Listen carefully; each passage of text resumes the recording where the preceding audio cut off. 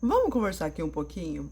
Hoje eu fui ao supermercado e eu observei uma coisa que é muito realidade, está muito presente na casa da maioria das famílias brasileiras. Não vou dizer brasileiras porque eu conheço o meu país, eu não conheço as famílias de fora, tá?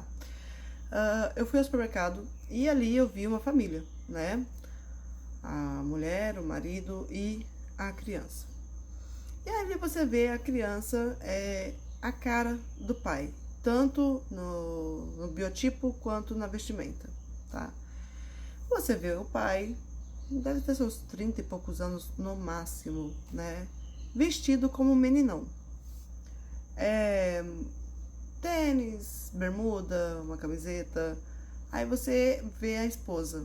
Cara, não tem como não reparar, é nítido. A esposa já com cara de dona de casa, com cara de mulher do lar. Tipo, ela perdeu aquela coisa de a jovialidade dela. Você entende que os dois têm a idade próxima, uma do outro, porém, você vê muita diferença. O rapaz, um corpo magro, sabe? Molecão mesmo, sabe? Tipo molecão, tipo 20 anos, 22 anos. Sabe aquele cara que joga futebol toda quarta com os amigos? Aquele cara que vai no happy hour depois do trabalho? Aquele cara que continua vivendo, casou, porém continua vivendo a vida dele, sabe? Tendo os momentos dele de lazer. E aí você olha pra esposa. Você vê a esposa, já o corpo dela já não é mais, né, tão magrinho. Ela adquiriu aquela barriguinha de mãe, né? Que tem o nome correto, esqueci agora. Quem souber deixa aqui no comentário, por favor, obrigada. Você vê a pele do rosto do cara, você vê que tá bem lisa, né? Não tem manchas.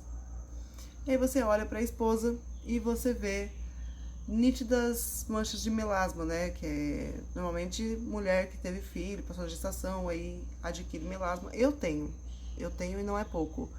Tá escondido aqui por causa do filtro. Mas se eu tirar, você escorre 10 dias, 10 noites, você vai pra trás, tá? E aí você vê que ela tá com uma roupa assim, simples e de ficar em casa. Enquanto isso, o cara, com aquela roupa, se ele quiser ir pra balada, tá da hora. Ele pode ir. E aí você vê a criança, muito bem cuidada. E aí me veio uma reflexão. O porquê que a maioria das mulheres hoje em dia, elas correm do casamento. Porque assim, esse não é um caso isolado. Eu parando pra analisar, porque a hora que eu vi, né, a diferença gritante do estilo dos dois, não tinha como não reparar. E aí você dá uma volta dentro do próprio supermercado, você vê mais casais assim, né? E aí você entende que as mulheres hoje em dia elas não querem mais casar porque elas acabam se tornando mães dos maridos, né? Já não basta elas terem os filhos delas, toda a responsabilidade de cuidar da casa, de trabalhar fora, cuidar da casa, cuidar do filho, ainda acaba tendo que cuidar do marido, que era alguém que era para compartilhar tudo, tudo, obrigações, diversões, tudo, momentos tristes, felizes, saúde, tal. Não é assim que acontece. Já para o homem, para os homens, por que eles buscam tanto um casamento? Porque eles vão ter uma esposa, né, para a hora que eles quiserem. Eles vão ter uma dona de casa, uma cozinheira, uma babá para os filhos, alguém que vai cuidar deles quando eles estiverem doentes. E assim, você vê na cara do marido que ele tá com a vida que ele pediu a Deus, que é uma pessoa feliz. Você vê. Porque quando a pessoa tá feliz, você percebe isso na pele da pessoa, você percebe isso no olhar da pessoa. E já nela você olha e você vê uma mulher cansada, uma mulher sobrecarregada, uma mulher exausta. Por que eu bato tanto na tecla aqui e eu digo mulheres não se casem, mulheres não engravidem? Porque normalmente são casos raros em que as mulheres se dão bem de verdade nos casamentos, de serem felizes, de não ficarem sobrecarregadas, de terem maridos que entendem que a obrigação da casa não é apenas da mulher, e sim de todos que habitam ali, entendeu? De forma igual, tá? Por que eu bato tanto na tecla? Porque quando você vai ter um filho, você tem que entender, por exemplo, que não é só você e seu marido. Vai ter a sua família se intrometendo na criação da criança. Vai ter a família dele. Vai ter as pessoas da rua.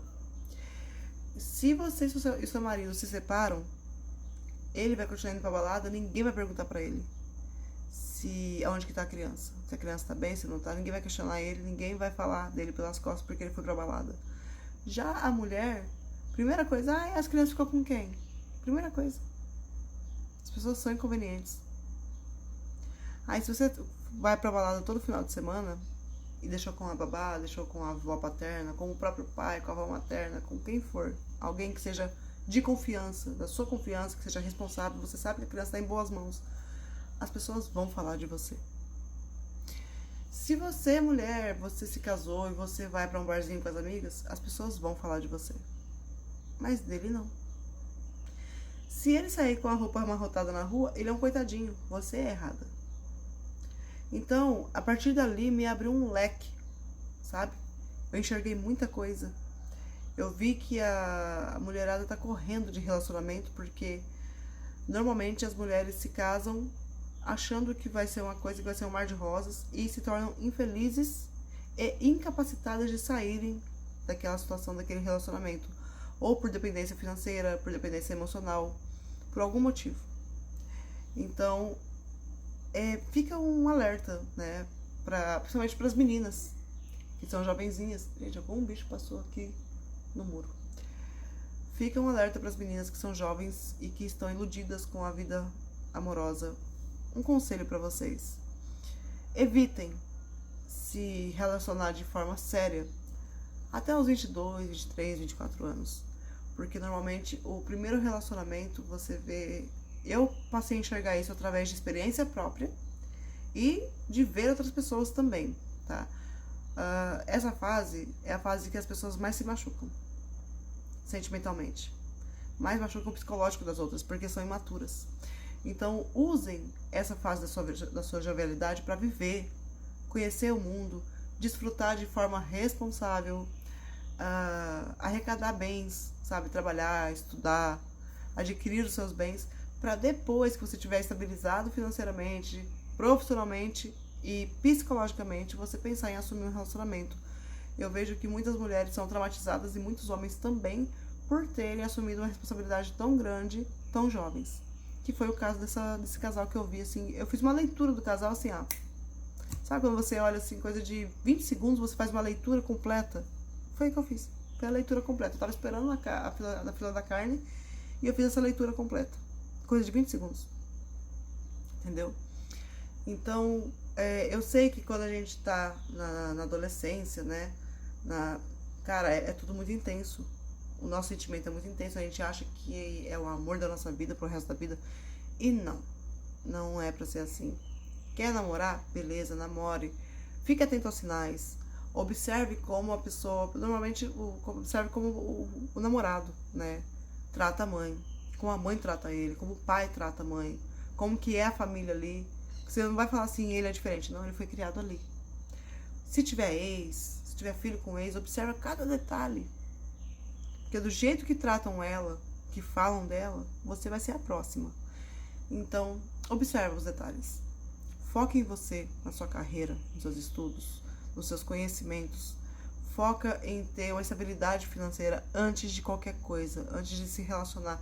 Deixa pra se relacionar mesmo, pra valer, casar, sabe? Ter um relacionamento longo e duradouro, depois que você já tiver maturidade pra isso. Porque assim, ninguém vai conseguir machucar o seu psicológico e você também não vai conseguir machucar o psicológico de ninguém. Tá bom? Fica essa reflexão aí de supermercado. Tchau, bom dia.